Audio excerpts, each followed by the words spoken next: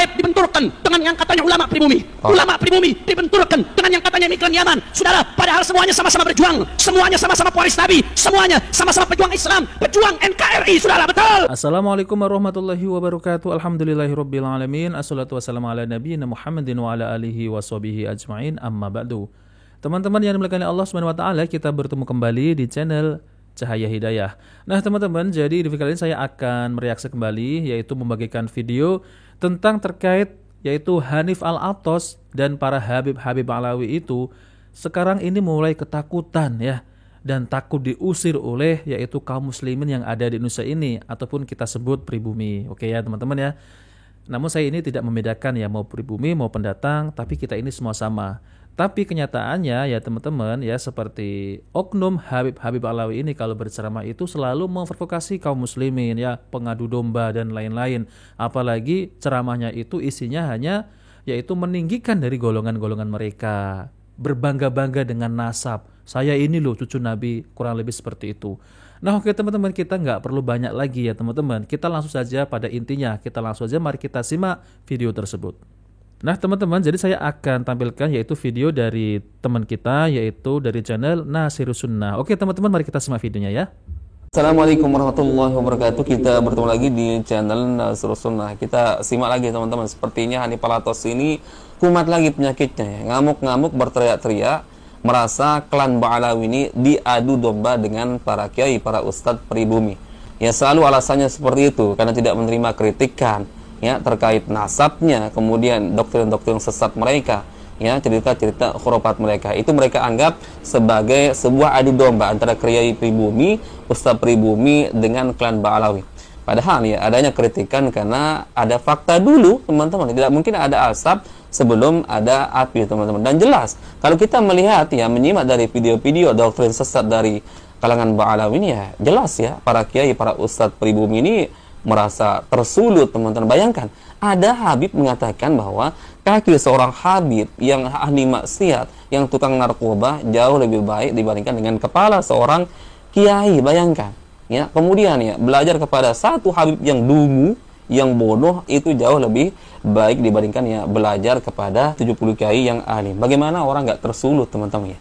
Nah sekarang setelah menjadi besar ya polemik nasab ini, kritikan dari sana sini datang teman-teman, dianggapnya sebagai adu domba. Ini bagaimana teman-teman ya.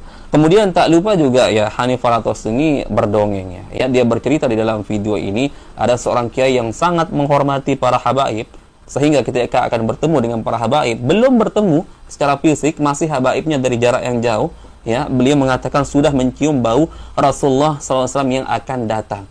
Ini doktrin teman-teman ya, doktrin sesat khurafat ini ya. Gimana kok bau Rasulullah bisa tercium dari Ba'alawi teman-teman. Nah terus bagaimana kalau kita mau main akal-akalan dari para ustadz kiai ya teman-teman, yang bukan dari klan Ba'alawi tapi dia alim ya, berilmu, ilmunya jelas, sumber Al-Quran dan Sunnah, ijma' qiyas teman-teman. Apakah mereka tuh baunya seperti bau sampah? Nah, ini astagfirullah teman-teman. Nah teman-teman ya, seperti itulah mereka itu selalu yang seperti saya katakan di awal video tadi ya, yaitu membanggakan yaitu nasab. Inilah ya teman-teman yang mereka itu hanya membanggakan nasab-nasab mereka. Padahal ya teman-teman, mereka ini nasabnya saja diperselisihkan ya. Orang katanya adalah cucu Rasulullah, tapi ternyata cucu Ubaidillah. Wis pokoknya ya seperti itulah teman-teman, mereka itu selalu membanggakan nasab dan merendahkan yaitu orang-orang ataupun di luar kelompoknya, ataupun di luar, misal ini bukan Habib itu, jadi direndahkan. Kita sudah paham lah terkait tentang ucapan-ucapan mereka itu hanya doktrin-doktrin menyesatkan. Jadi intinya gini teman-teman ya, mereka itu nebeng ya, nebeng dengan nama yaitu cucu Nabi. Padahal ya teman-teman, mereka itu tidak ada apa-apanya ya. Mereka itu hanya mendoktrin ya teman-teman. Khurafat, isinya hanya takhayul. Gak ada sama sekali mereka itu yang keluar dari mulut mereka itu adalah Al-Quran dan hadis Nabi SAW. Kalaupun ada itu sedikit, tapi banyak doktrinnya dan banyak khurafatnya. Tetap saja sepertinya seolah-olah ingin menyatukan antara para kiai pribumi dengan para habaib, tapi tetap tak lupa membanggakan klannya sendiri. Inilah ciri-ciri mereka teman-teman ya. Baik, kita simak videonya teman-teman. Habaib dibenturkan dengan yang katanya ulama pribumi. Ulama pribumi dibenturkan dengan yang katanya migran Yaman. Saudara, padahal semuanya sama-sama berjuang, semuanya sama-sama pewaris Nabi, semuanya sama-sama pejuang Islam, pejuang NKRI, saudara, betul. Ya, kalau mengaku sama-sama berjuang untuk agama, pejuang NKRI, kenapa harus ada doktrin-doktrin sesat? Kaki seorang Habib, meskipun dia ahli maksiat, tukang narkoba, tetap jauh lebih mulia dibandingkan dengan kepala seorang kiai meskipun dia alim. Kenapa harus ada doktrin yang mengatakan belajar kepada satu Habib yang dungu, yang bodoh, tetap itu jauh lebih baik dibandingkan dengan belajar kepada 70 ulama yang sangat berilmu atau kiai yang alim. Ya, katanya merasa ya klan Ba'alawi dan para kiai Ustaz pribumi sama-sama berjuang untuk agama, berjuang untuk NKRI. Ternyata dari kalian juga doktrinnya yang merendahkan justru para kiai-kiai pribumi ini. Ya gimana mereka nggak ngamuk, teman-teman, tersulut. Ya, kita lanjut lagi. Makanya kalau kita lihat saudara dulu, bagaimana hubungan ulama-ulama kita, kiai-kiai kita dengan habaib. Saya ambil satu contoh, saudara. Seorang ulama besar yang terkenal, Allah angkat makamnya karena kecintaannya kepada Ahlul Bait, saudara. Almarhum wal maghfurlah Kiai Haji Hasan Genggong Probolinggo, saudara. Hasan Genggong. Luar biasa kecintaannya para Ahlul Bait. Jangankan ketemu, saudara. Ada Habib mau datang, ada Ye mau datang, beliau cium baunya. Nasyummu raihata Rasulullah. Kami cium baunya Rasulullah, kata beliau, saudara.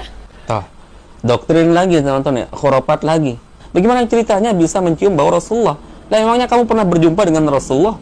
Kok bisa tahu bau Rasulullah itu seperti apa? Ya Allah, makanya saya ulangi lagi, teman-teman. Lah emangnya ustadz, kiai, ulama, pribumi yang bukan dari kalangan Ba'alawi atau bukan para habaib lah ngomongnya seperti itu, tapi keilmuannya misalkan luar biasa, teman-teman, terus baunya seperti bau apa dong? Bau sampah, bau comberan. Ya, inilah doktrin, teman-teman, ya, agar mereka itu jelas-jelas ingin dibedakan, ya, seolah-olah ingin mempersatukan antara kiai pribumi, ustadz pribumi dengan para habaib, tapi tetap ada unsur di sini memuliakan klan mereka sendiri. Ya, buktinya itu, ya, klan Ba'alawi katanya dari jauh saja sudah tercium bau Rasulullah. Ini apa ini? Kayak orang pernah berjumpa dengan Rasulullah, yang sampai sok merasa tahu bagaimana bau Rasulullah sallallahu alaihi wasallam. Bau busuk kali, ya, bau busuk kali. Tidak ada yang merasa satu sama lain saingan, saudara. Tidak ada yang merasa satu sama lain takut kerebut jamaahnya. Saling dukung, saling tolong menolong, karena tujuannya Allah, tujuannya Rasulullah. Ormas hanya perantara, saudara. Kelompok. Iya, tidak ada yang merasa ingin saling merebut lahan, misalkan, teman-temannya. Tapi kok ada di kalangan kalian yang merendahkan justru kiai-kiai pribumi. Katanya nggak ada saling rebut-rebutan agar misalkan jamaahnya lebih ramai atau segala macam. Tapi faktanya ini kok saling merendahkannya. Dan yang merendahkan datangnya dari klan kalian.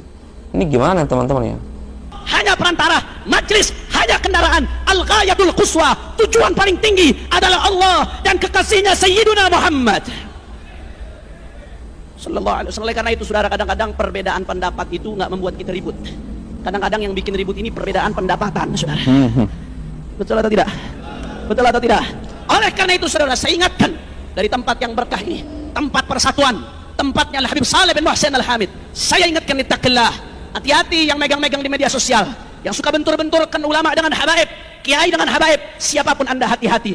Kalau ada muslim sama muslim diadu domba, saudara, dua orang muslim sama muslim diadu domba, apa kata Nabi? La yadkhulul jannah namam. Tidak akan masuk surga orang yang adu domba. Itu muslim sama muslim, saudara. Ngadu domba. Nggak ada yang mengadu domba, ya. Di media sosial itu hanya menampilkan fakta-fakta dari isi ceramah kalian. Ya, masa-masa diadu domba. Uang jelas dari kalian yang mendoktrin dengan hadis-hadis palsu, misalkan barang siapa yang ada sedikit saja kebencian dalam hatinya kepada para habaib, maka dia matinya seperti mati Nasrani dan Yahudi, dan dia akan masuk ke dalam neraka jahanam kekal di dalamnya. Ini kan doktrin itu yang disampaikan melalui media sosial, fakta-fakta dari isi ceramah kalian. Kemudian cerita-cerita khurafat kalian, wali mi'raj bertemu dengan Allah Azza wa Jalla 70 kali dalam satu hari.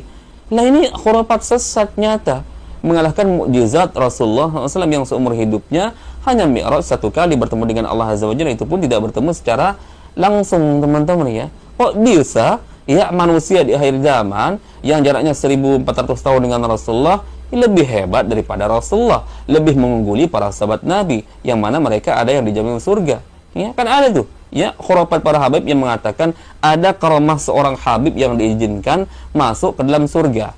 Subhanallah. Sedangkan para sahabat Nabi, teman-teman ya, di antaranya 10 orang yang dijamin surga, Abu Bakar, Umar, Utsman dan yang lainnya, teman-teman, pernah nggak kalian mendapatkan satu riwayat yang sahih baik dari Al-Qur'an maupun hadis Nabi bahwa mereka pernah menginjakkan kaki mereka ke dalam surga? Nggak pernah. Ya, meskipun mereka dijamin surga, tapi mereka belum pernah masuk ke dalam surga. Ini yang dibantah melalui media sosial. Kok ente merasa diadu domba?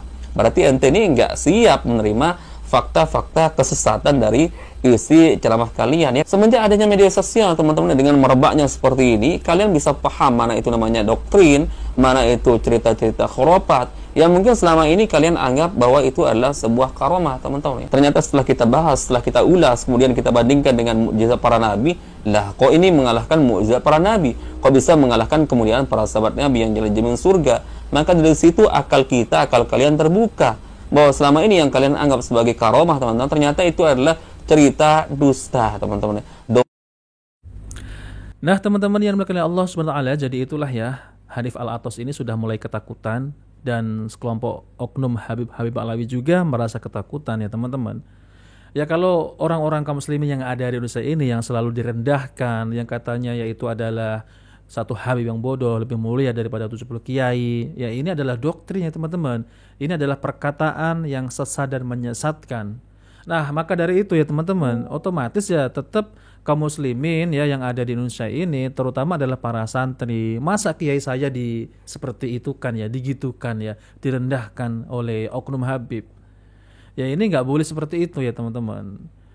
Yang namanya manusia ya, kalau diejek, lama-lama kan ya semakin mereka ini diejek semakin marah dan bangkit ya. Ya kalau diusir nih, misal ya diusir karena kelakuan ente ya gimana lagi? Ente harus merubah ya. Kalau berceramah itu jangan merendahkan yaitu saudara kaum muslimin ya. Kalaupun berbeda pendapat tentang terkait masalah pendalilan itu wajar, tapi kalau sudah seperti itu ya, satu Habib yang bodoh lebih mulia daripada 70 kiai. Ada juga yang si Syarifah itu, katanya Syarifah ya, teman-teman.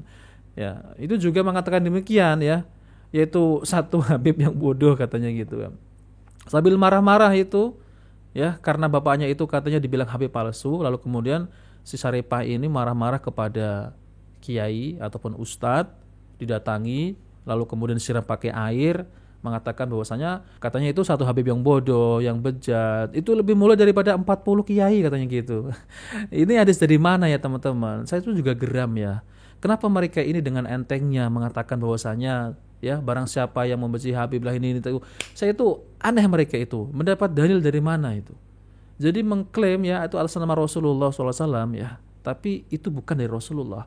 Nah, maka dari itu ya, jangan mengancam-ngancam dengan hadis tersebut. Ente itu ya yang harusnya sadar ya bahwasanya kalau ente itu membuat hadis-hadis palsu yang mengatasnamakan Rasulullah, ente itu sudah diancam ya oleh Allah SWT, yaitu siapkanlah tempat ente, kursi ente di neraka.